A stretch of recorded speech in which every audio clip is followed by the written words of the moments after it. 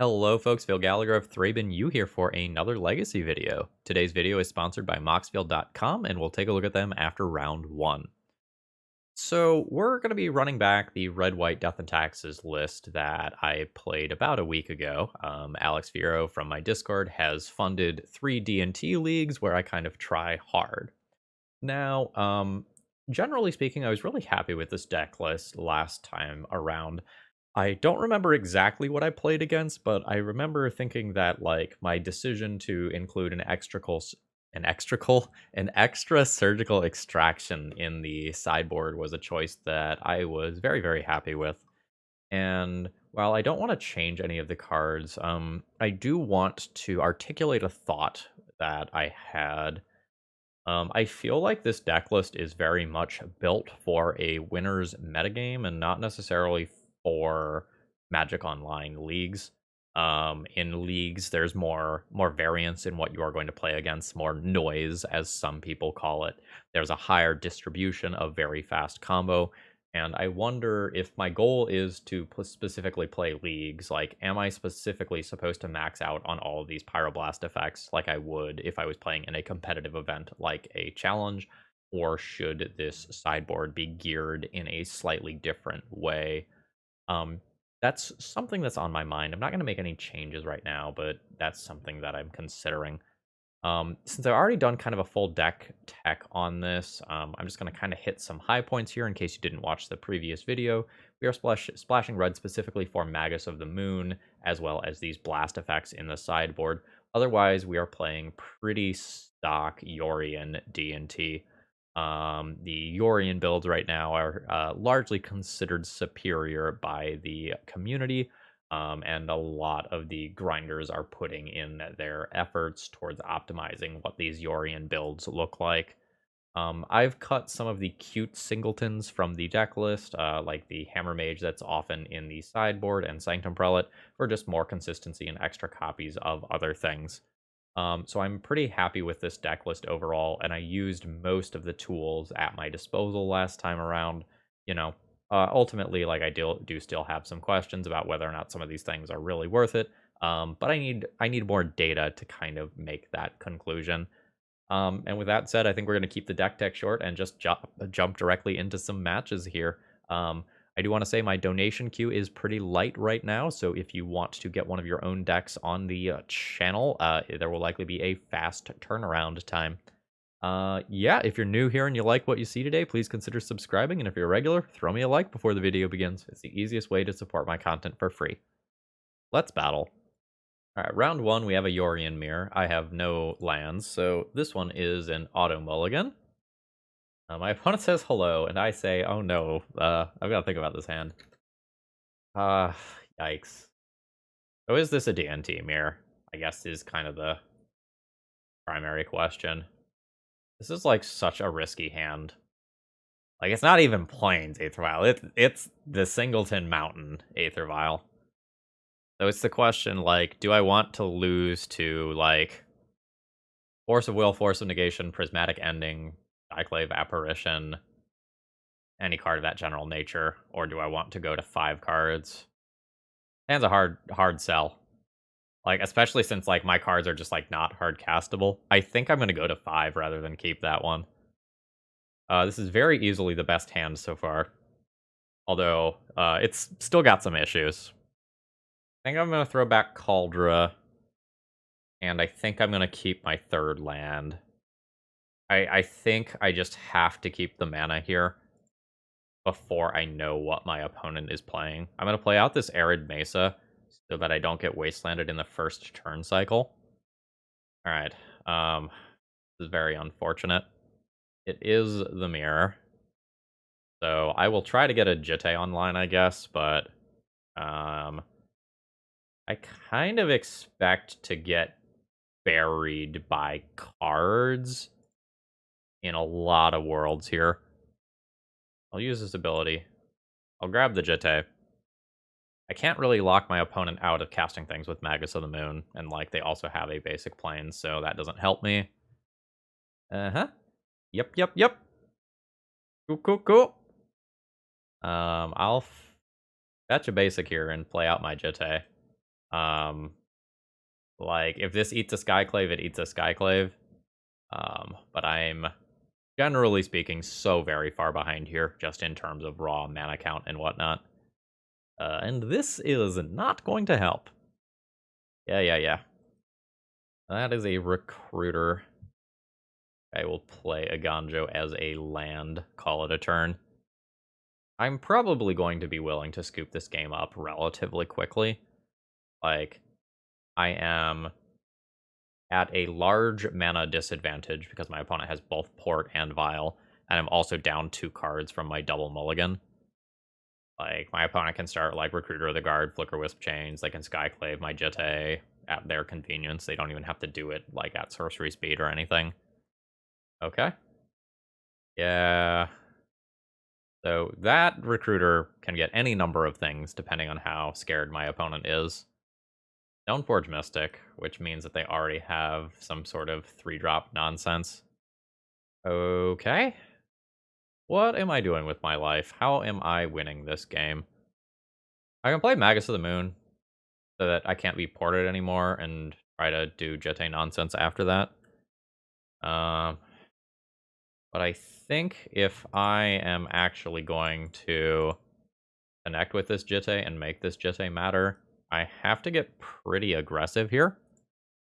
So I think what I'm actually going to do is deploy a Mother of Runes here, so that hopefully I can give something pro-white in a meaningful way, and then actually get in with my Jitte counters. Womp womp. Opponent did not even take my Jitte there. Which is probably bad news for me. Okay, sure. I will absolutely take 4. I'll go to 13. And I kind of expect that I just get overrun here. I think my opponent has some trick off this Vial, and then they will get to connect with Jitte. Yep, okay. Yeah, there's a Flicker Wisp for the Skyclave. So how this works is I get the 1/1, and then the Skyclave comes back, taking the Jitte. This is probably about the point where I can concede this game. Like, I can pretend that this is still a game, but my opponent has an advantage on every front, and I think I am going to just respect my block here.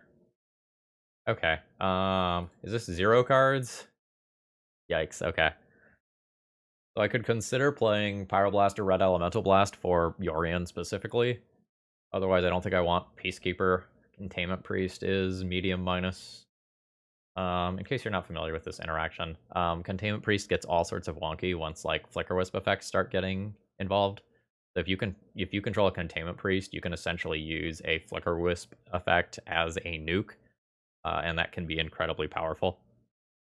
I'm not really super interested in Containment Priest, but at the same time, it's not like Magus of the Moon and Thalia are really winners either.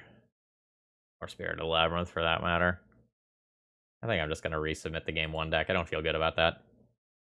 I have a very unexciting hand here. It has plenty of mana, which is good, but I don't have Aether Vial, I don't have Mother of Runes, I don't have Swords to Plowshares. Like, I have decent interaction, but I don't really feel like I have action myself that's meaningful. I think I'd rather fish for a more powerful hand. This absolutely qualifies. Now I just have to decide whether or not I want to keep Spirit or Thalia with this hand. Neither's really good. I think since Thalia is legendary, I'm going to bin that. Basic Mountain is stuck to my hand. Hopefully that's not a sign of something to come throughout the rest of the league. Like, yeah, here we're gonna see a major downside of not having like a Swords to Plowshares type card to answer this immediately. I played Mountain on 1. I have to play Plateau this turn, which is awkward now that I drew Magus. But it occurs. My opponent is not likely to have very many sideboard cards for this matchup, but like my sideboard is made up of like 5 blasts, whereas they have other things in those slots. So my opponent might end up with a couple more like Council's Judgment type cards, something of that general nature. I'll tap my Aether Vial, put in Mom. Can't really cast. Oh, well. Cool. I've got a mana advantage, but it doesn't necessarily feel good. How bad is my position? My position bluff attack bad? I've got a couple of flyers. I don't think my position is bluff attack bad. I don't really think I can play Magus of the Moon. My mana doesn't support that decision right now. So I guess I'll just put my Yori into hand. In planning for later. Not happy with how this is developing. Like, my opponent can play, like, a Stoneforge or a Skyclave Apparition here. And it is absolutely brutal. I think we're going to have 2 non-games here, unfortunately. Like, I can't cast my Flicker Wisp. I can't cast my Magus of the Moon. Okay, now I can cast my Flicker Wisp. Not that it's really good, though. I mean, I think I'm casting it. I'm going to go ahead and do this. Flicker Wisp my Caracas out. I'm not interested in wastelanding my opponent's Caracas. Like, if I win this game, it's because I attack for 7 with flyers a bunch of times. Not because I take my opponent off of mana here. Uh-huh. No, that's fine. You're Stoneforge Mystic backed by 2 moms. I am totally ready to beat that. It's cool. That is a Timeless Dragon. That's not great. So I am always plain cycling this card. And getting a basic with that. I'm still not interested in casting Magus of the Moon. The next question is, do I wasteland my opponent? And apologies if you can hear this truck outside. If I wasteland my opponent, they put in Jitte this turn, they attack with Jitte next turn. If I don't wasteland my opponent and they have the land, they attack with Jitte this turn, and I can't really beat it. I think I'm being forced into a pretty bad decision tree here.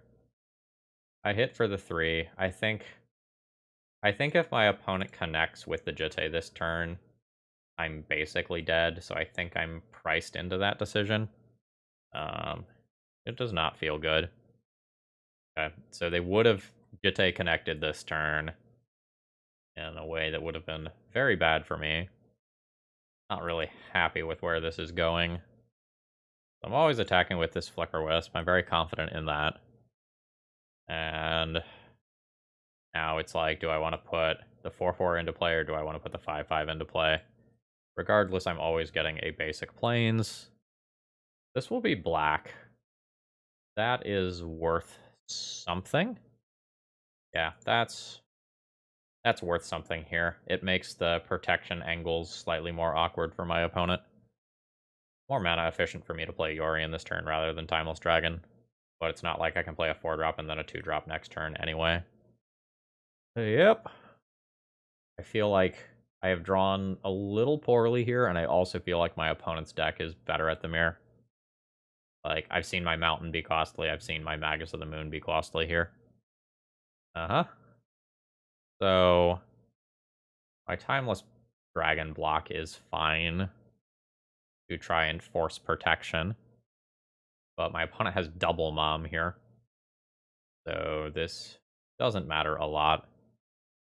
And the Jitte counters have arrived, which means both of these creatures are dead at some point in the not-too-distant future. My opponent notably did not Rishadan Port me. I will very awkwardly continue the plan of, I guess, trying to beat my opponent down through Jitte, which isn't going to work. Like, I'll send these in, but it's not happening, yeah. And I assume my opponent takes the 4. Drops to 10. I'll save this Flicker Wisp for later. I'm not really interested in blinking any of my stuff here, which is, like, not a good position for the Yorion deck to be in. And now we see if my opponent does anything with this mana. They, like, very specifically did not use... Yeah. Did not use Rishadan Port. So, in theoretical good news, my Flicker Wisp is now a nuke. In realism, my opponent has double Mother of Runes, so, you know. My opponent's the Urza Saga build, which I am not a fan of. Yeah, and this is exactly what I'm talking about, right? Like, my opponent has extra tools for the mirror, and I don't. At this point, this is an overwhelming board presence. I am absolutely comfortable conceding the game here. GG's. Today's video is sponsored by Moxfield.com. Moxfield is a deck building website for Magic the Gathering, although they do a lot more. For example, do you like Wordle, but wish it was with Magic cards? Moxfield has such a thing that they call Moxel. So if you want to have a little bit of fun and rack your brain while thinking about five-lettered Magic cards, please consider checking out this website and maybe check out the deck building stuff while you're there. All right, round two. Um, the Cauldron in hand is obviously bad. The rest of the hand is pretty good. I think good enough that I'll keep this hand. I'm not, like, stoked about it. Uh, uh, so, in good news, versus whatever unfair deck this is, having a Solitude to start things off with a turn 2 Thalia or Spirit of the Labyrinth is probably about as good as we're gonna get. Oh, are you playing Show and Tell? The Delver doesn't go that deep on mulligans in most cases. File goes up. I probably wanna man, if this is Show and Tell, I wanna hold this Caracas.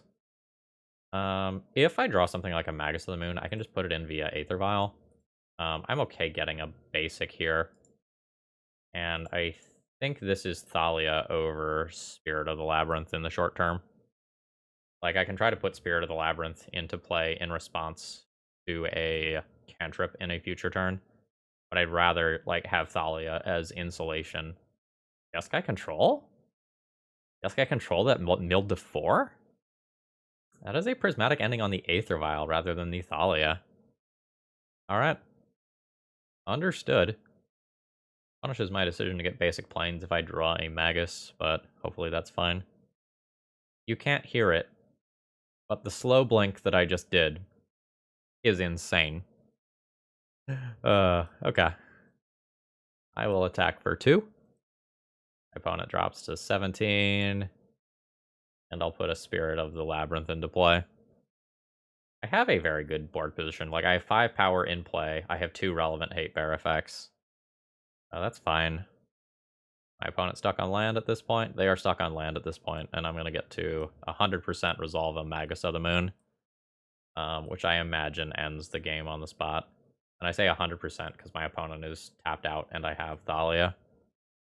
This will just be Plateau, and it doesn't matter which one of these I leave up because they are all about to become mountains. Yeah, okay. GG. So, that's sort of an interesting game in terms of sequencing.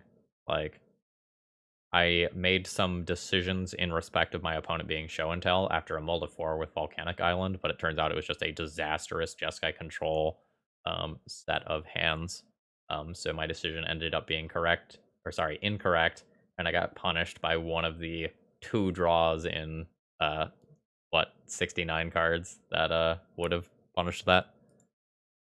So super interesting. Okay, I will board in some number of Pyroblasts and Red Elemental Blasts. I don't know exactly how many I want. Our Commando's probably not exciting. Mom's not a great endgame top deck, but is okay versus a pile of, like, prismatic endings in the early game. Like, the Mom eats prismatic ending or swords so that one of the better creatures doesn't later. Like, I could cut a Jete here, I could cut a Mom here. I don't really feel the need to sideboard all that much. I don't think I'm excited about this. That gives me 1 of each blast. I probably want 3. Be a Source of Plowshares out. Be a Source of Plowshares out. Play 3 blast effects split across 2 different names in case that becomes relevant for, a meddling mage or a surgical extraction on a blast. That stuff isn't particularly likely to happen, though. Note that Lion Sash is also potentially cuttable. It's a late game mana sink. You can't necessarily activate it as much as you think you might be able to because, like, there are a handful of colorless lands. It's not just like I have 5 mana, I activate 5 times, I swing with this as a 6/6. It's not usually going to be just that straightforward. But this can sometimes break up like a Snapcaster Mage or a Mystic Sanctuary or something.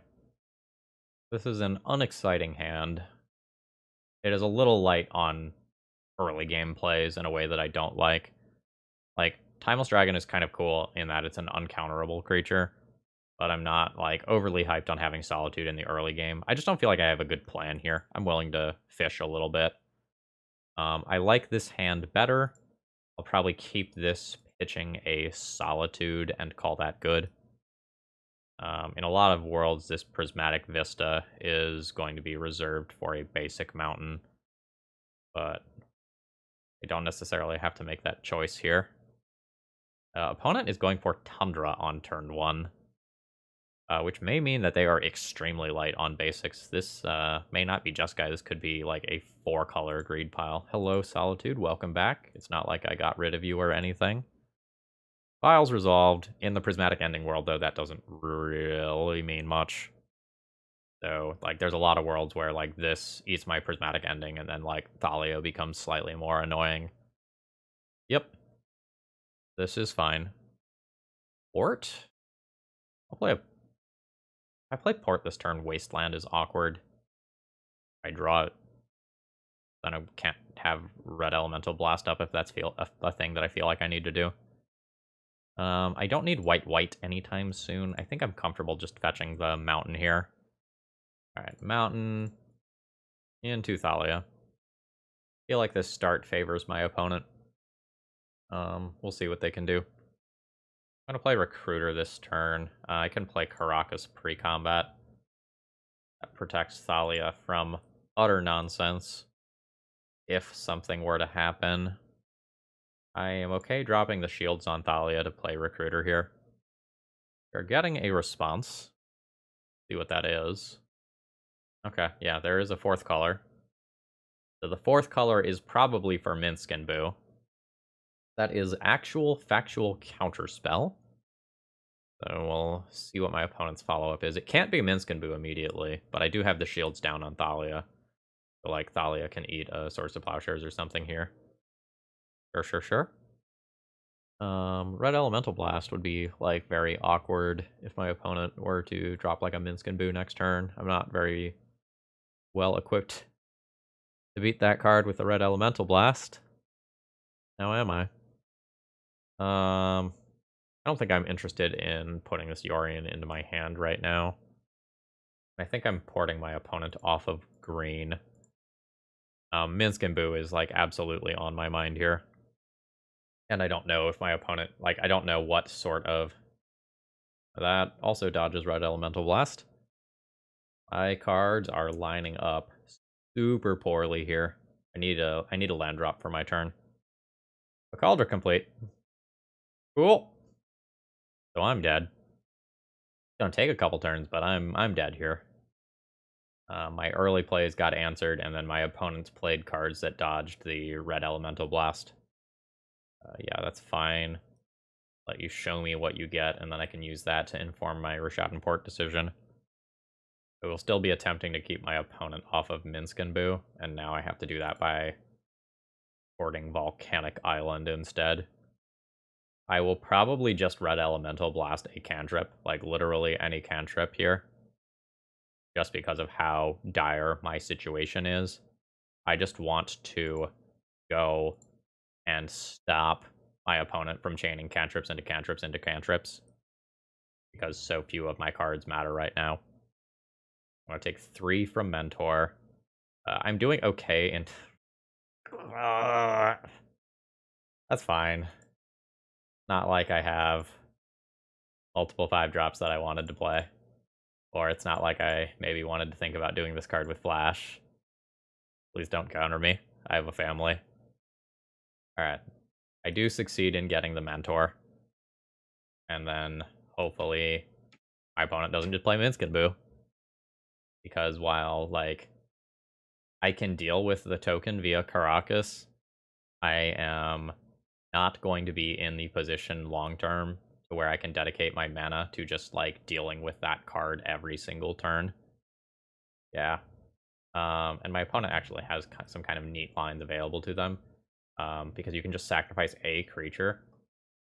Oh, or that can happen.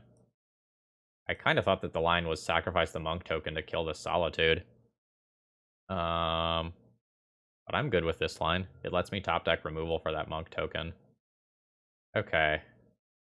So I can't really port my opponent. I can go 3 mana, Yori into hand, hold up, Blast, and Caracas. That's fine. I guess I can go ahead and attack the Minsk and Boo. Alright, so let's send that damage in there. Alright, loyalty goes down. Yori into hand. Pass the turn. So, in case you're not super familiar with this card, it triggers when it enters the play and in the upkeep. So at this point, now my opponent's plus isn't particularly good. So I can go ahead and Caracas and bounce the Boo to hand. And then kind of make it so that my opponent's turn is much less effective. Again, given my position, I am just going to very aggressively trade cards here. Ooh, I mean, I'll take that. I, in theory, have this Yorion that can do sick shit. My opponent is going to have 1 card left after this Brainstorm. It is a Mystic Sanctuary, putting a Ponder on top, and an attack?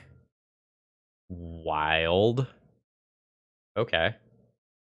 So I'll kill Minskin Boo, for sure. And now I know exactly what my opponent's top card is. So I'll play Recruiter of the Guard. Say yes. Get Spirit of the Labyrinth. Play Spirit of the Labyrinth. I don't think my opponent navigated that one well. Like, I think they probably had better lines available to them there. Oh, okay. I clawed that one. I clawed my way out of that one easier than expected. Alright, round 3. I'm looking at a mulligan here. I'm too land light. I guess I'm not very excited about this hand. I probably keep the Jitte hedging against a creature matchup. Cathar Commando is probably the most niche card here. I think I'm going to lead on Arid Mesa and pass. This gets basic planes the vast majority of the time. Yeah, it gets basic planes, although I may defer that decision for a turn.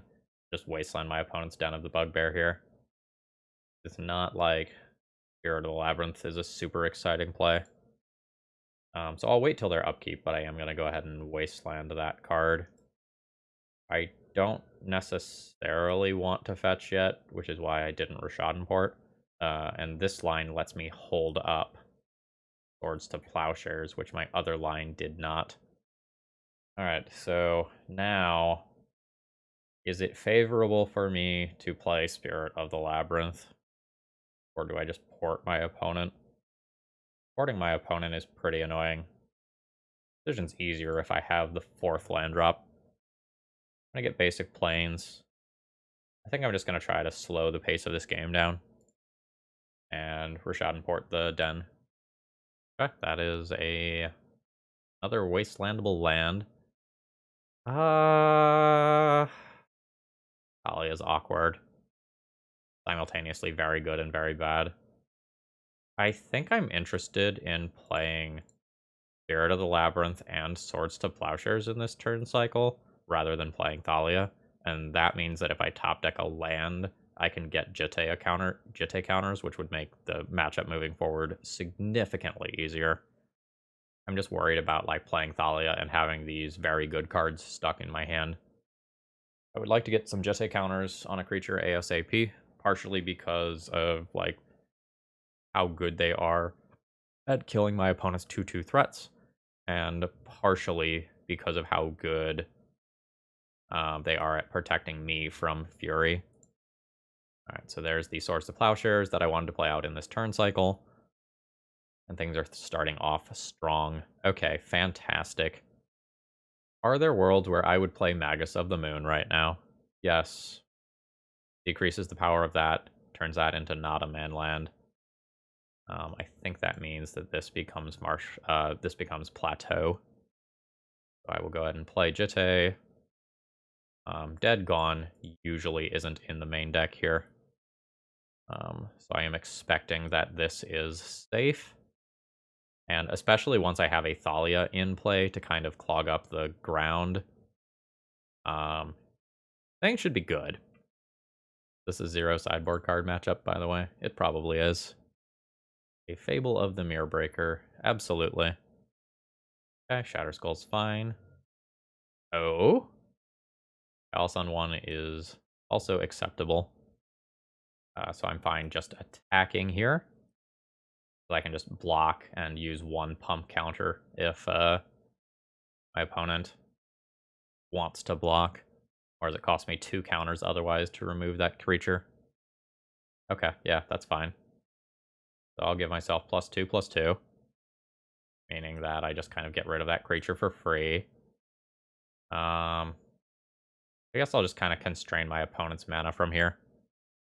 My onboard stuff is winning pretty hard. Just tap down the Ancient Tomb. You like to discard 2 cards? No? That's fair. Okay, yeah. GG's. My opponent is on the wrong side of this matchup. Like, they can kill me quick before I get going, but like, as you can see here, once I have a couple of my cards on the board, I will pull ahead very easily. Yeah, I could play a Peacekeeper or a Containment Priest here. That's about the only things that are, like, possibly viable to board in.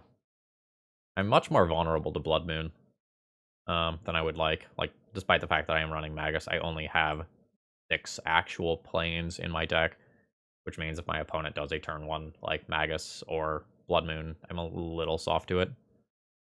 Generally speaking, my cards are good here. Like, I could board out a Mom on the draw. I could board out a Lion Sash for being mana intensive. I could board out a Magus of the Moon. I could board out both Maguses, so I never have to worry about fetching Plateau. But, like, there are worlds where messing with my opponent's mana is nice. Do I want the Priest? Maybe don't want the Priest. My Vials seem kind of important. I guess that means I'm keeping 1 Magus. So, I don't have the Path to Exile, Swords to Plowshare type cards in the... Or sorry, the Path to Exile, Council's Judgment type cards in the sideboard that I might want. Is this deck actually running enough lands, mathematically speaking? I have mulliganed so many hands for not having enough mana. I'll go to 6 here. This is a perfectly reasonable hand that I am 100% keeping. What do I throw back? That's the hard part. I can throw back Aether Vial to hedge against Chalice on 1, and just play Mother of Runes into Stoneforge, and hope one or both of those things work. The earlier I have Mom online, the less of a concern a card like Fury is. I'm gonna throw back Vial. Like, the Vial's very good in the context of this hand, but I think I want to keep hitting my land drops. Alright. Fable is very good early. That means that I can't just wasteland this Ancient Tomb immediately. Whereas with a lot of other plays, like, that would have been a very strong opener. See if they use this trigger. I'm hoping that I just get a Batter Skull and this game is over. Alright. So no use of Fable of the Mirror Breaker. I go to 18. They had another land. Am I looking at a Planeswalker here? Okay, it is a Dead Gone. And then no, like, follow-up threat. This is a basic Plains. I'm confident about that. This is a Stoneforge Mystic. I'm also confident about this. One maybe gets Kaldra first. Kaldra's a little stickier versus Fury, which is a thing that matters, like, especially if my opponent has kept this hand because it can do, like, Fury and copy Fury. Like, that is a thing that potentially matters. I'm at 15.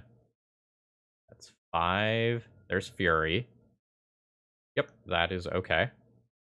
Is not unexpected. I need to break this up. Something that I can't currently do. Yeah, I think my opponent is going to win this one on the virtue of being on the play. 4 damage divided means that I can't just like double Stoneforge in a turn and have that work out for me. So I'm gonna go ahead and play this here. I think getting Batterskull in case I need to hardcast that, but I think I'm just dead in a lot of worlds to my opponent being on the play here. Like, I just needed one more turn, and then I have something that doesn't die to Fury that holds things off in combat. I can still just top deck a removal spell. This is secretly the key player of this game. Like, this meant that my Stoneforge Mystics weren't safe, which allowed my opponent the time to get this thing active. I don't really understand what the holdup is here, because I just get rocked here. I just get hit for 8 here. Yeah. Or sorry, not 8. Just, what, 6, 12, 14, 15 with a Goblin Rabblemaster? Disgusting. Alright, I'm dead. Yeah, like, I needed another turn cycle here, and I didn't have removal coming. Definitely feeling not having sideboard cards in this league. Um, this is an unexciting hand. Like, these are not the cards that are going to win me this matchup.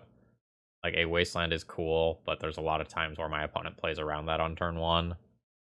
I think I'm gonna fish for a more active hand here. This has multiple removal spells. I'm much happier with this hand. Probably pitching a Spirit of the Labyrinth here. Alright, so grab our basic planes, put the Vial into play, and hopefully accrue a decent mana advantage this game. Yeah, Wasteland wouldn't have been good versus that. Vial goes up. That second Vial is incredibly awkward. I think I just put this into play ASAP, though, because like there's some things like Fable of the Mirror Breaker that this taxes in a very meaningful way. So I think despite awkwardness, I'm good with this. Okay. I'm pretty good versus a lot of these sorts of threats here, right? As like the token just attacks into my first striker and doesn't actually get a real benefit. Yep. So I threw back my Spirit of the Labyrinth because, like, the density of removal is probably more important here than a lot of other stuff. But there's worlds where things can get weird. Okay. This is probably a good sign for me. So I'll just eat this token. And I'll go to my turn. We'll go ahead and tick both of these things up. I've got a basic land. I don't know. I've kind of got Fury vibes. I don't want to, like, dedicate too many bodies here.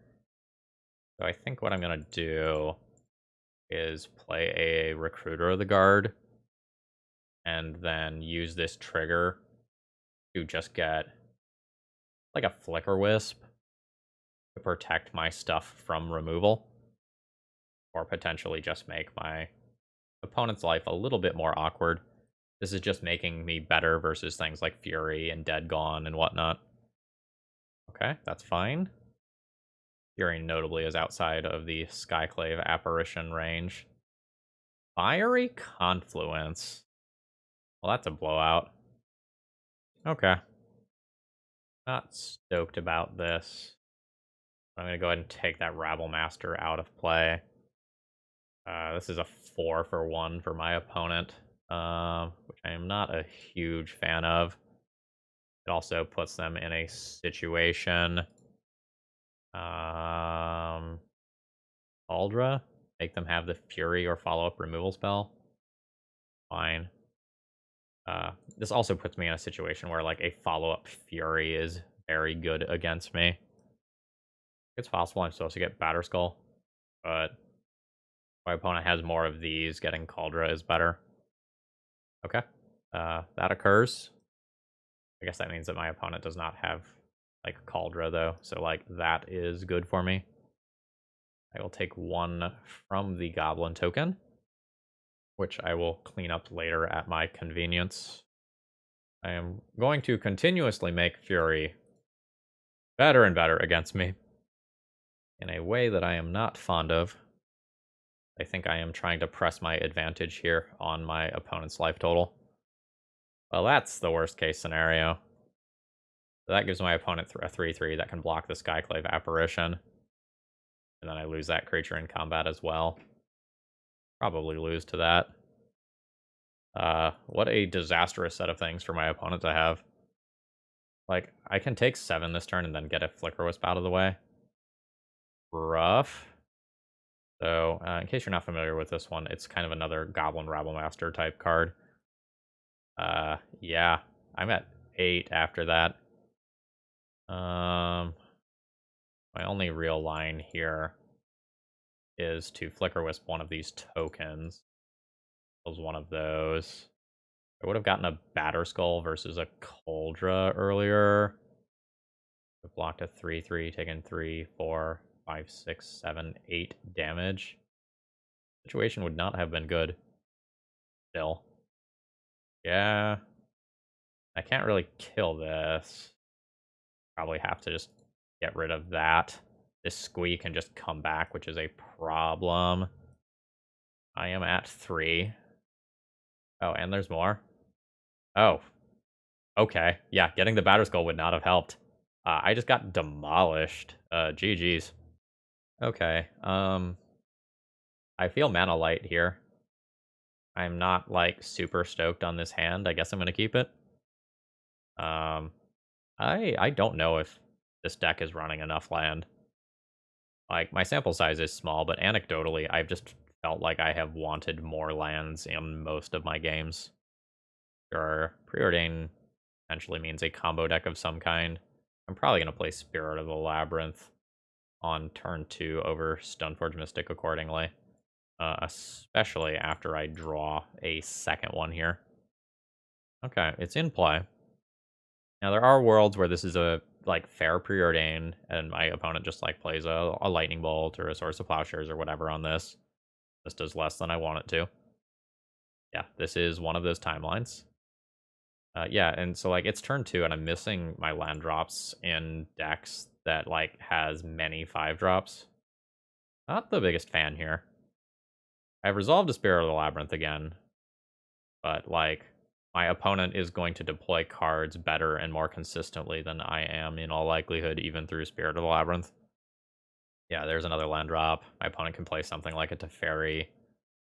Yeah, and I'm just at like a huge disadvantage. Like I've missed my land drop, and now I have to redeploy something into the Teferi. Okay, cool. I will pick up a basic land here. I guess let's just like never have to deal with this thing bouncing another card. I'm not the biggest fan of like letting up on this Skyclave Apparition pressure though. Or sorry, this Spirit of the Labyrinth pressure, because like now my opponent can rattle off whatever cantrips they want in this turn cycle. I'm also just like not the biggest fan of like Skyclave in scenarios where I'm expecting to attack fairly. Because like if I were to play Spirit of the Labyrinth, attacking with it is very dangerous while I have a Skyclave with a DMC3 card under it. Yeah, and this is what I meant by like being afraid to let up the Spirit of the Labyrinth pressure. Like my opponent rattled off 3 cantrips this turn that otherwise might have been stuck in their hand. Alright, so I will crash in with this 2/2. Opponent goes to 14. And let's start here with this Spirit of the Labyrinth. I think I just put the pressure on. It's like Supreme Verdict and maybe Terminus that punish me for trying to go wide here. I'm interested in Aldra. I have another mana sink in hand already, so I don't necessarily have to go with a safe pick here. And yeah, if my opponent has a single Source of Plowshares, this puts a lot of pressure on them. That's a Mentor. I'm pretty well equipped to deal with that with like a Source of Plowshares in hand already and a Jitte as backup. It's when my opponent like has Force of Will that things start to get a little weird. I would love if they just like tapped out on their turn. Okay. I mean, I want that Stoneforge, but some amount of the damage is done here. Order of operations. If something gets Force of Willed, yes, I want it to be the Jitte. Let's play this. Okay, it has worked. I'll go ahead and equip that to Skyclave. Suppose I'm comfortable just swinging this into board. Yeah, that's fine. This is kind of the scenario that I was hoping for. This is a little greedy, but it's real good. So I just Swords to Plowshares the token here, and then I get to kill this monk token in combat, while also getting the Monastery Mentor with the Jitte tokens. That was a nice little trap.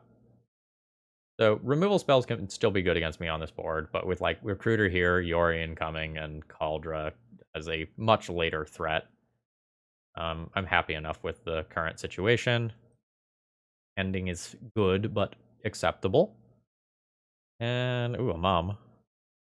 I'm fine with just bashing the Skyclave Apparition in. Like, there's worlds where I get hit by a Shark Typhoon, Shark Token or something, but not overly worried about it. I think I'm into Recruiter here. What I do with it is a little harder. Spirit's fine, Stoneforge is fine. Flicker Wisp is not crazy. Lion Sash, honestly, not crazy either. I think I'm just going to take another value-oriented card. It's a little bit of an aggro line. But my opponent has used a fair amount of removal already. So I think long-term, having, like, Mom plus equipment is probably really strong. And my opponent's pressured into, like, finding a Swords to Plowshares. Try and deal with this Kaldra that's about to come in. Press down is a little annoying for, like, Stoneforge Mystic-based reasons. I can hardcast a Batterskull. Lion Sash. Am I fine with attacking all of these creatures? Yeah, I think so. Like, there's some unpleasant things that can happen. But I think I am A-okay with the pressure that this provides. So now I can play Lion Sash if I want to better play around Snapcaster Mage specifically. I think I'm just going to cast a Batterskull. Like, if this eats an actual factual counterspell, I'm okay with it. It's just something a little bit better for if my opponent does rip a Terminus specifically, or like a Supreme Verdict. The Fairy's fine. Okay. In theory, this is lethal damage. Right? Just equip Batterskull. Yeah, okay. Yeah, equip Batterskull is probably lethal. Put in Kaldra is probably lethal. Alright, let's do some sideboarding. Again, it is probably just 3 of these cards. I don't know how deep I need to go. Magus is not impressive here. Cathar Commando is not super impressive here. There may be a niche enchantment that I have to worry about. I don't think I'm super into it. And if we're at the point where my opponent is hard casting a Shark Typhoon, something else has probably gone wrong. Other things I can consider doing are trimming some Source of Plowshares or some Mother of Runes. Swords has a limited number of targets, probably 2-ish mentors. And Mom gets swept up in things like Terminus and Supreme Verdict, but Mom's also pretty respectable versus some of the early game plays.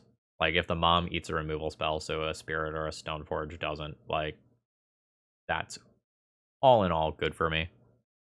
I don't know that I want too many blasts. I do want to keep my creature density high, and, like, this is nice versus, like, Teferis and Chases and stuff, but I don't know that I want to overload on these. I feel like you have 5 for when you're playing against Delver specifically, where both the threats and the card advantage are blue.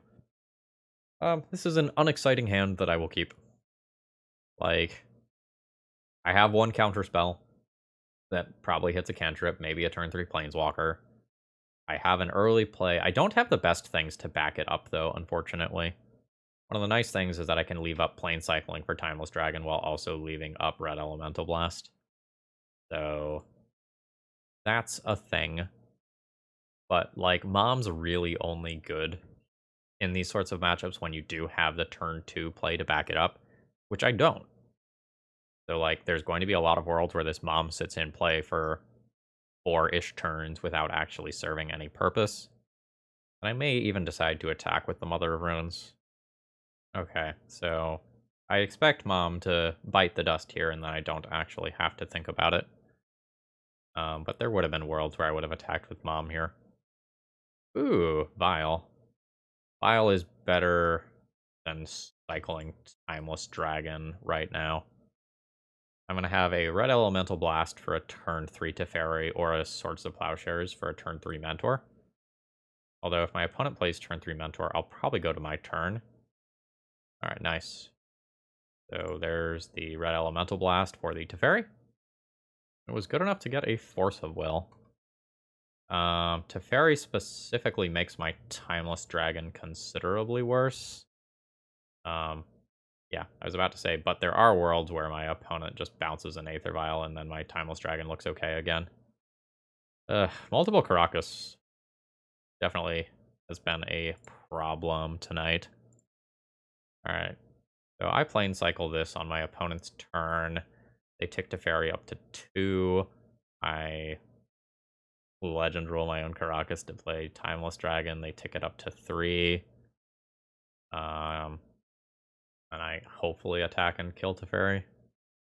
Oh, I guess if I cycle Timeless Dragon, I get a land, so I don't have to Legend roll my Caracas immediately. But definitely feeling the impact of having all 4 Caracas here. This will just be a basic. And Vile can tick up on my turn. A Mother of Runes. That's actually quite relevant here. I get the Eternalize on this, which is uncounterable. This is an activated ability. So I've got a 4/4 that I can hopefully protect from Teferi with Mother of Runes, unless my opponent has a removal spell right now. Which unfortunately they did. And the flash of my Solitude is going to be very noticeably dampened here by Teferi's static ability. And we'll try to do this whole Aether Vial thing and see if I can successfully untap with a Mom. My opponent can cast Prismatic Ending at instant speed now, so I'm not super hopeful. Okay, it's another Swords to Plowshares. Oh, I'm about to lose Aether Vial to Prismatic Ending. Ooh, off Mountain. Okay, sure. Yeah, my hand does an awful lot of nothing right now.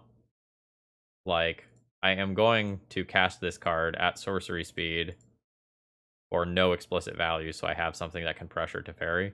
But if my opponent can't answer this card, they just Teferi bounce it out of play. Exile up to 1 other target creature. No. I refuse. Yeah, but my opponent has gotten very good value out of their Teferi. Like, both in terms of, like, cards drawn and in terms of, like, just the raw tempo advantage. I've got Yorion chilling in exile, which is, like, definitely worth something, but... Ooh. It feels like my opponent has Counterspell. Right? Like, they didn't play a Ponder or Brainstorm on their turn, but it feels like they have some sort of either Counterspell or removal spell. I think I'm just going to go with end of their turn Solitude, and then play Spirit of the Labyrinth, rather than just play Spirit out immediately and have it eat a removal spell. There's some worlds where doing this is awkward because it allows my opponent to hard cast a Force of Will on Solitude. But I think this increases the chance that my Spirit of the Labyrinth sticks around for a longer time, which is something that I actually care about. Okay, yeah, so here's the hard cast Force of Will. I'm good with this, because there's so many worlds where I can also just play Spirit and something else. Although I think this turn is just like stick the Spirit of the Labyrinth and put Yorion into my hand and be good with that. I don't think I need to play a Caracas to hold up Swords to Plowshares. I don't sense that urgency here. And it may be that my Spirit of the Labyrinth still just eats a 1-mana removal spell here. That's another one. Absolutely. Sort of an unexpected one. Alright, there's another land drop. The opponent's got 1 card. 1, 2, 3, 4, 5, awkward 6. So I can't really play that. I think I'm just going for end of turn Solitude again. Like, it opens up my opponent to being able to hard cast Force of Will, but it plays around sorcery speed removal better. Alright. End of turn Solitude. This is the pause of someone who can respond, but is like, do I have to? Like, they know I have Yorion, so, like, they have absolutely bigger fish to fry here. Alright, opponent goes to 13. Do I want to play Yorion here so that I can more likely resolve Kaldra next turn? Sure. I wouldn't do this if I didn't have Karakas available to protect it from removal spells. Like, if I trade with a counter spell, that means that, like, my Kaldra is more likely to resolve, and I'm good with that. It's possible I can play more patiently here. But I think given that, like, I have a nice 2-turn line that I want to play, I'm good with utilizing my mana to the fullest here. Nice. And a handful of Swords to Plowshares have already been used. So that is very good news for me. Oh yeah, opponent just absolutely eating the damage to the face. And the nice thing here is that if my opponent just tries to, like, Prismatic Ending away the Germ token, I have mana to just re-equip to the Solitude. So I think I'm good with the current situation. Yeah, okay, yep. So now, if I get the re-equip off, my opponent is dead. So they need a follow-up play here as well. Feels weird to sequence the turn in that order. A Pyroclasm. Sure. Okay. So now I just need to draw literally any creature. They all will become lethal. This is going to be Rashaden Port. And I think I'm interested in Rashaden porting down a Plains so that my opponent cannot play a white card such as Council's Judgment or Wandering Emperor. And now I just need to draw a creature of some kind so that I can go... Oh, that's really unfortunate. So I can just go creature into equip, and, like, the creature will have haste, and even a Mother of Runes is lethal. So mostly looking for my opponent to miss Swords to Plowshares specifically here, of course. That's fair. Alright, let's find a creature with an ETB trigger. Or Wasteland. Wasteland is cool. There are worlds where I just flood out here. And, never draw reasonably. If it happens, it happens. Hey, Jace the Mind Sculptor. Well, that is disastrous on this board. I can draw a Pyroblast and potentially get rid of that. Okay, opponent is going for the Fate Seals immediately. I need a draw step stop. 3, 4, 5, 6, 7, 1, 2, 1. Alright, so Mother of Runes can be lethal with me Rashaden porting my opponent's planes in my draw step. There's another Rashaden port. Okay. That's not good immediately, but it's not bad in the long term. Let's tap down both of those. I don't need much here. Yeah, so opponent has got to Fate Seal me every turn and keep me off of all creatures. Counterbalance? Snapcaster Mage. Sure. Alright, sure. Targeting a Preordain. That's fine. I'm gonna let my opponent make the decision about their Preordain, and then I will just Swords to Plowshares their Snapcaster Mage. This is going to sound like a ridiculous thing to say, but there are worlds where my mana is tight because I have to do wild lines involving many Rashaden port activations plus playing a 3-drop. Like, it matters. Thank you, deck. Very cool. I will go ahead and continue to tap down planes and do that for both of them. This is what I get for saying that I thought the deck needed more lands. Okay, sure. Alright, end of turn. I'll go ahead and fetch. In case Back to Basics gets involved, I am going to just grab a planes. We have a fresh draw here. Cool. I'll tap down both of these. My spirit has left my body. I am ready to concede and 0-4 drop this league. I think that's where we're at, right? Like, my opponent has had enough turns now where I'm almost certainly, like, have lost this game. Come on. Like, this is absurd. I guess I'm not technically dead. Like, I get one more draw, but I don't think it can matter now with, like, the Prismatic Vista getting involved as well. Like, it's very hard for anything that I do to matter here. Alright, let's port the other one. Yeah, you can float your mana.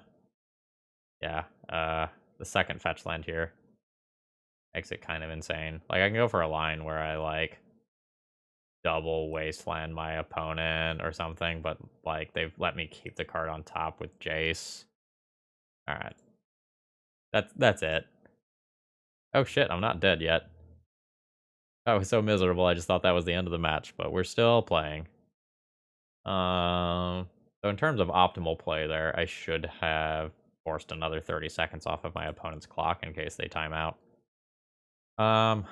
Given how few win conditions I've seen, and given that my opponent's clock is low, I think I want the full 5 blasts here. Like, I've got Jace, Narsets, and Teferis to deal with. I haven't seen the Mentor type stuff. I'll probably go down on some number of Swords to Plowshares here. That was some absolutely miserable variance. And again, I am not getting the mana that I need in opening hands here. I am not excited about this opening hand. I don't think I go lower than this, though. Like, I do need a critical density of cards to function. But I think my opponent is very favored, given my opening hand here. The only axis on which I'm favored is time, I say as my opponent mulligans to 3 cards. Okay, there's their side of the variance. Alright. Planes go. I can get rid of this stop on my draw step. I don't need that. No shuffle with Ponder for what that's worth. Just get a basic here. Grab a Plains, I'll Plane Cycle, Timeless Dragon at their end of turn. This is really where I wanted to be playing, like a Stoneforge Mystic, Thalia, Spirit of the Labyrinth, Mother of Rune, Aether Vial, anything like that. But I do not get to complain as my opponent mulliganed into Oblivion here. Fine, just grabbing a basic Plains here. This is going to get basic Mountain. Again, in respect of back to basics or a Blood Moon or whatever specifically. Now I'll go ahead and play Recruiter of the Guard. I'm looking for value-oriented plays, although not one like Flicker Wisp that requires this body to still be here. I think I'm actually going to pick up a Skyclave here. Like, one of the few ways that I can see myself losing is my opponent just going and producing a Planeswalker that, or like getting a Mentor that they get an absurd amount of value from. So I'm just going to avoid the timeline that allows my opponent to dig back into things easily. This isn't my like highest value oriented play, but it's pretty reasonable. Ooh, that's a good draw. Am I fine attacking the Recruiter body into 3 open mana? Probably. Do I want to play Jitte this turn? If I make my opponent use a Source of Plowshares on Recruiter of the Guard, then they're not using that on Timeless Dragon. I don't hate it. Let's put some pressure on their resources here. This does mean that they get a decent amount of value out of Swords to Plowshares specifically. But again, if I am pressuring their Swords to Plowshares on a Recruiter of the Guard body, then the things like Spear... Oh, okay, sure, it's aware. That's fine. Yeah, but again, every card that they use on, like, not Spirit of the Labyrinth, not Timeless Dragon, not Yorion, is a pretty big win for me, I think. The Karakas into some number of things. I'll make my attack with Recruiter of the Guard first before I make any further decisions. Opponent to 16. I think I'm going to let Timeless Dragon chill there and play out a couple of bodies and leave this as like my post-Wrath thing if my opponent were to Wrath. I'll get a Cauldron here. Like, if my Stoneforge gets removed, my Stoneforge gets removed. I'm already at 6 of the mana needed for Cauldron, and I have things to do for a couple of turns in the meantime. Okay, Pyroclasm is a reason not to take the line that I just took there, I suppose. Okay, this is fine. Let's fetch. Need to get basic planes. 1, 2, 3, 4. There is an Eternalized Timeless Dragon. I've got Yorion in the not-too-distant future. I have Kaldra in the immediate future. This is a lot of onboard power. My clock advantage is also huge. I have double the amount of time left that my opponent does. Barrier Fetch is fine.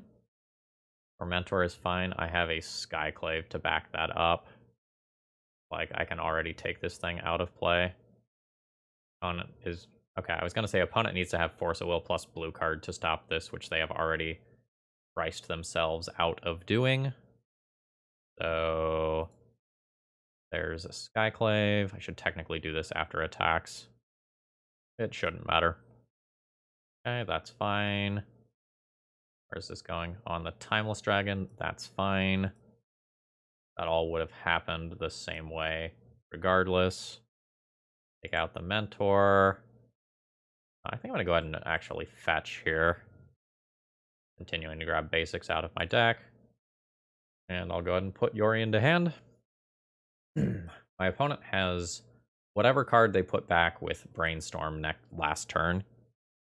I don't think... Okay. I've got Aldra coming. Is real strong. One unknown card. Is it exactly Force of Will?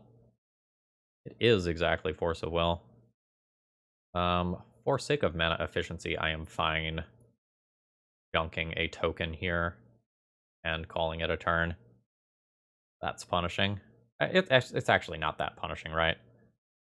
So I have plenty of mana here. I can just go 1, 2, 3, Recruiter. Yes. Pick up a Solitude.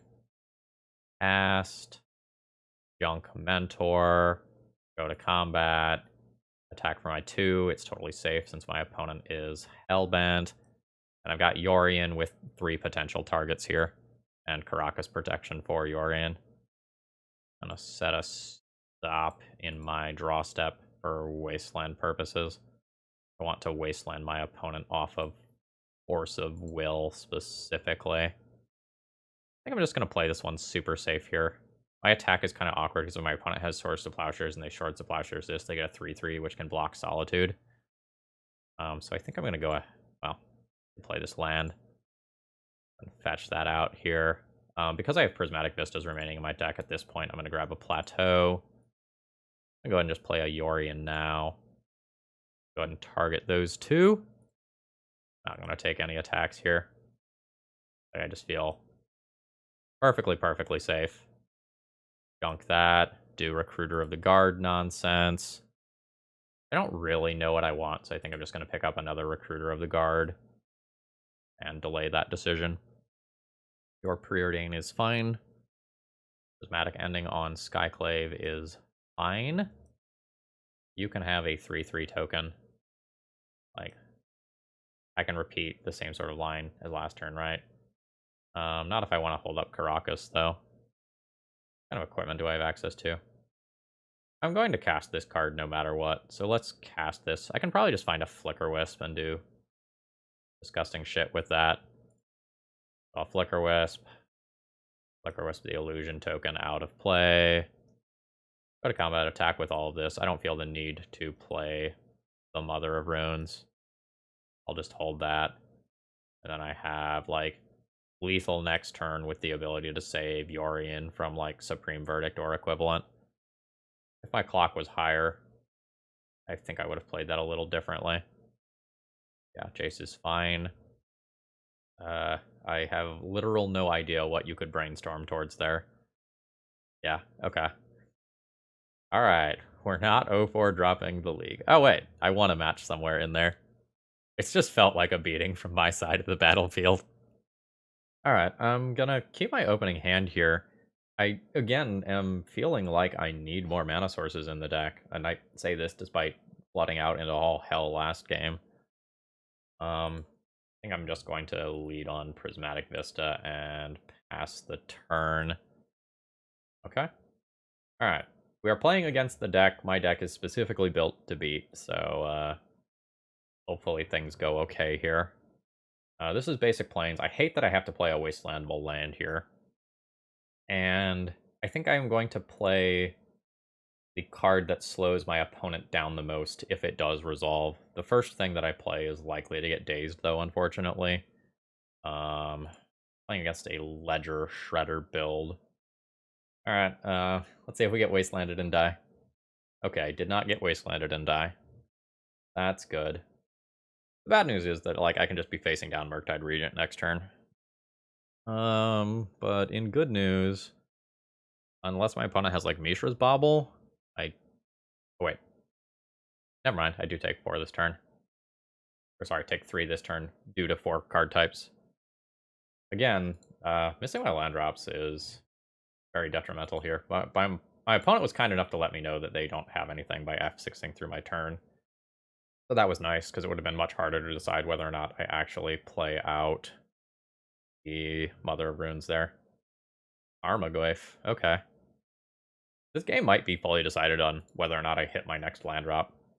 I did. Probably have to use Skyclave on the flyer here. I can block the Tarmogoyf on the ground. I'm not good at dealing with the flyer currently. And I have to decide whether or not I want to expose my Mother of Runes to Lightning Bolt or whether or not I want to take 4. My opponent is forcing me to make the choice. The big question is like whether or not my opponent has the Murktide Regent, right? If they have the Murktide Regent, every single point of life matters because it's the difference between turns of clock. I think I'm going to take the block here and preserve my life points. I think I am sufficiently scared, and I will do that. Runame? Or Murktide? Alright. It is a Murktide. So I would love to draw a flyer.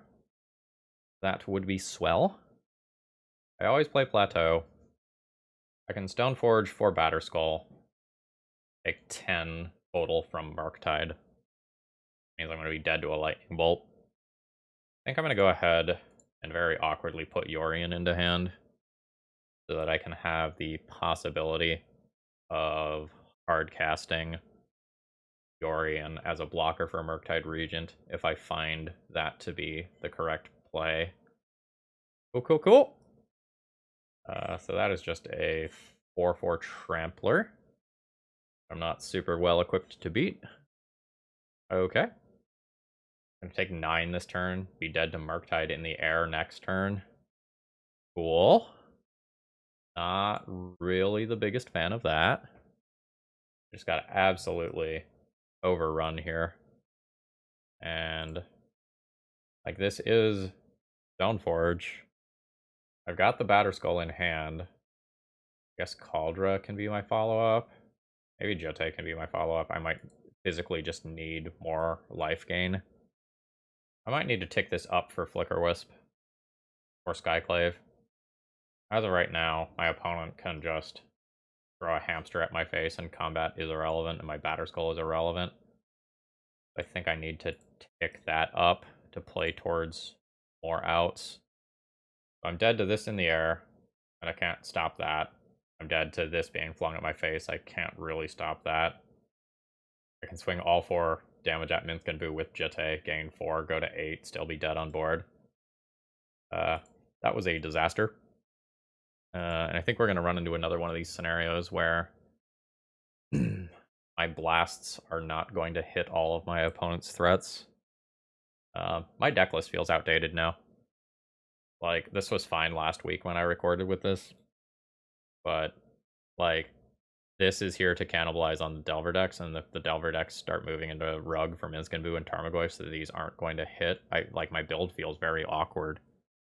Alright, Magus is out. Our Commando is out. Some number of Thalias probably go after that. My opponent also does have Ledger Shredders, so like the blasts are good versus those. I'm boarding in a whole bunch of blast effects, like a whole bunch of 1-mana removal spells. Like my Thalias are going to trip me up. I don't think I want Peacekeeper. Like Peacekeeper is just too vulnerable to the like Lightning Bolt, Unholy Heat sort of cards that my opponent is probably running.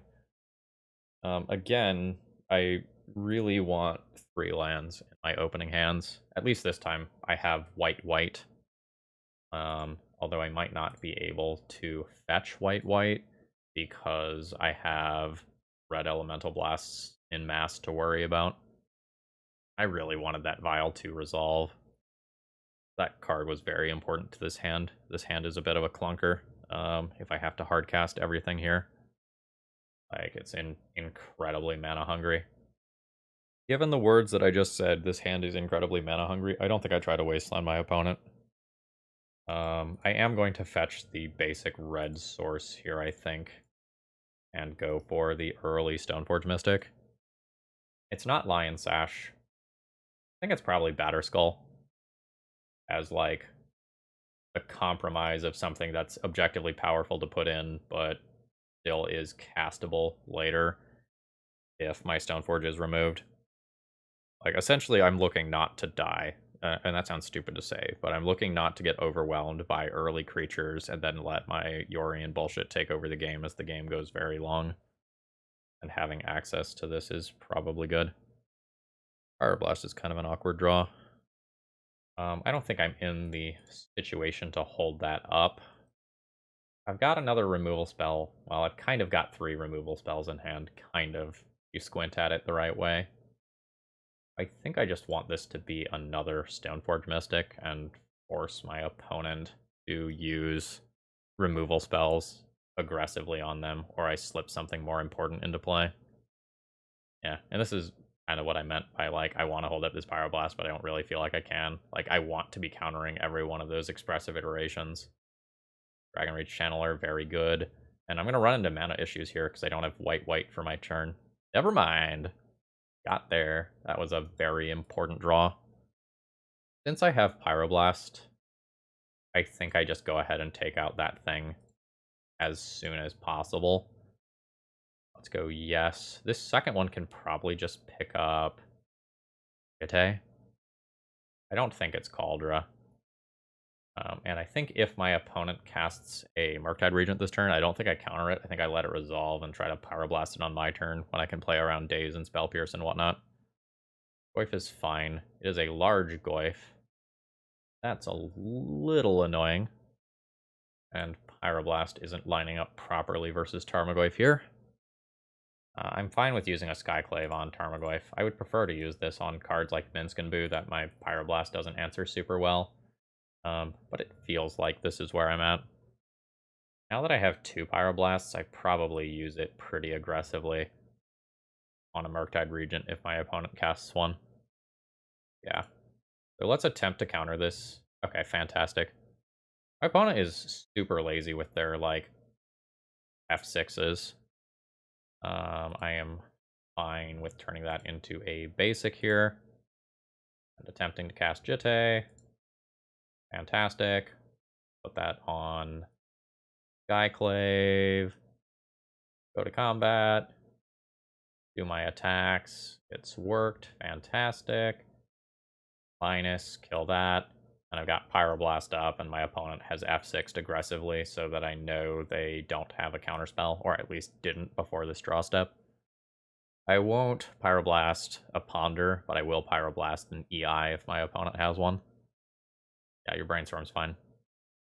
I don't need to cast Batterskull on my next turn. Like, that is not a need, that is a want. Mystic Sanctuary for EI on top. Okay, so this Pyroblast probably gets pointed at that EI. Meltdown. Sure, that's a 1-for-1. I'll get 2 life on the way out the door. Ooh. I think I want to have Pyroblast up for EI. So I'm not going to eat immediately, because I want to have Pyroblast up through Daze and Spell Pierce. but I'm going to intend on eating at end of turn. Alright. There's a counter. Okay. Your second one's a whole lot worse than the first. Okay, you got a bobble out of it. So that's very good. But this Lion Sash is going to fuck. Okay, yeah, you have given up. No changes to my sideboarding. I don't think I want to mess around with Magus of the Moon or anything. This is a very average-looking opening hand. It's very slow. Like, I have turn 2 thing that gets countered or bolted, a turn 3 removal spell that's somewhat unlikely to resolve. I think I keep this, like, I have stable mana. I'm not excited about this hand, but I think enough of my top decks are of high quality that I just keep it and accept some potential awkwardness. Timeless Dragon's pretty good. Definitely want some removal, though. Alright, there's a basic. I think I just plain cycle this. I don't know. I kind of need to play into days here so that I can start resolving stuff later. Like, I want to play Skyclave next turn to try to remove this, which means using Stoneforge as a bait spell this turn to get a counter or bolt out of my opponent's hand. I think basic planes is fine here. So, like, I'm essentially just trying to feed this to a daze. Okay, I've succeeded. Okay. So we're hoping to now resolve Skyclave on this creature. And if I feel super pressured after this turn, I can, like, Recruiter for Solitude. Like, that's a thing that I'm allowed to do. I'd rather start. Means I get punched for 3 this turn. I'd rather start by using Skyclave as a removal spell on these, and then trying to use my Solitudes for removal on, like, the Murktides of the world. Alright, so let's grab Basic Mountain in case I draw a Blast, and try to remove Dragon Rage Channeler. I've succeeded. This isn't the best removal spell, though, because, like, my opponent can Lightning Bolt and get a 1/1 back out of it. But assuming that my opponent does not just, like, immediately Murktide Regent or True Name Nemesis or something like that I feel okay about my position. Tarmogoyf is large or large adjacent. Recruiter for Mom? Recruiter for Solitude? I don't really want to, like, Solitude and 2-for-1 myself here. I don't have to. Very bad versus Minsk and Boo next turn. But I don't really think I can Wasteland. I need my mana so badly. Let's try to Recruiter for Mom and set up some degree of safety. Mom. Play Mom. Mom eats a Force of Will. Pitching an EI. That was a good exchange for me. We'll see if my opponent has the Minsk and Boo. I'm not really equipped to beat it right now. My hand's just very slow. Yeah, it is the Minsk and Boo. Let's rip a Caracas and invalidate that card, huh? That would be cool. I think I'm going to block for 5 life here. My life total is under a lot of pressure. Okay, I drew a new Mom. I think this Minsk and Boo just killed me, though. So I can play Mom, play Recruiter, Recruiter, or a Skyclave to get rid of Minsk and Boo. I will send this creature at Minsk and Boo, but I think I've just taken enough damage. Like, Minsk and Boo is a very dumb card in that, like, if you can't answer it immediately, it just wins the game. Okay, Dragon Rage Channeler. Like, the extra body here is rough. That's probably unbeatable. There's a Flooded Strand, sure. Oh wow, opponent not going for the damage burst that I expected them to go for. I will gain 5 life. I'll take 4 damage from Boo. Okay, so they are going to do the old throw here. They're going to opt to throw the Tarmogoyf at my face, which is worth 6 damage. Oh, did they just have a lightning bolt to kill me? Not yet. They will. Okay, yeah, there's the lightning bolt for lethal. GG's. So we end up with a very unimpressive 2-3 league. Overall thoughts on the deck list? It doesn't feel viable, honestly. Um, the metagame is shifting away from blue threats because people are doing exactly what I'm doing in this deck list and overboarding blasts to compensate for like the various Delver, blue soup, blue control decks that are at the top of the competitive metagame. And if people are adapting for that, then this red splash isn't good anymore, and I should go back to a mono white build in some capacity. Um, as a couple days ago, I felt okay about this build, but like after another weekend or so of showcase results, I don't feel good about it anymore. And like that's how quickly a metagame can change. I didn't really feel like I had the better deck in most of the rounds this time around. We saw a different spectrum of decks than last time around. But basically in this league, I felt like my sideboard did nothing, and Magus of the Moon, I believe, stole me one game, but I think I tripped over like basic mountain in particular more. And in my sideboard games, I felt a little bit constrained in my fetching choices, specifically fetching so that I could potentially play a top deck blast was taking me off of white for cards like Skyclave Apparition. Um, so I think I would shift away from the red-white build. And more generally, the answer might just be like, this isn't a great time to be playing Death and Taxes. At the same time, though, like, I could have mulliganed my hand in that last round. I kept it because it had stable mana, and I had been having trouble with stable mana with a lot of my cards. Sorry, well, not with my cards, with my hands. So, like, maybe that's on me for not mulliganing. But I was pretty good until the Minsc and Boo happened. Like, I was turning the corner on that game. But like that's what Minsc and Boo does. When you can't answer it immediately with like Caracas or Lightning Bolt, it just kills you in 2 to 3 turns. So not a feel good league. Time to go into the tank and rebuild before the next one.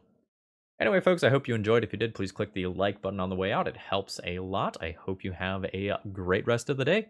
See ya.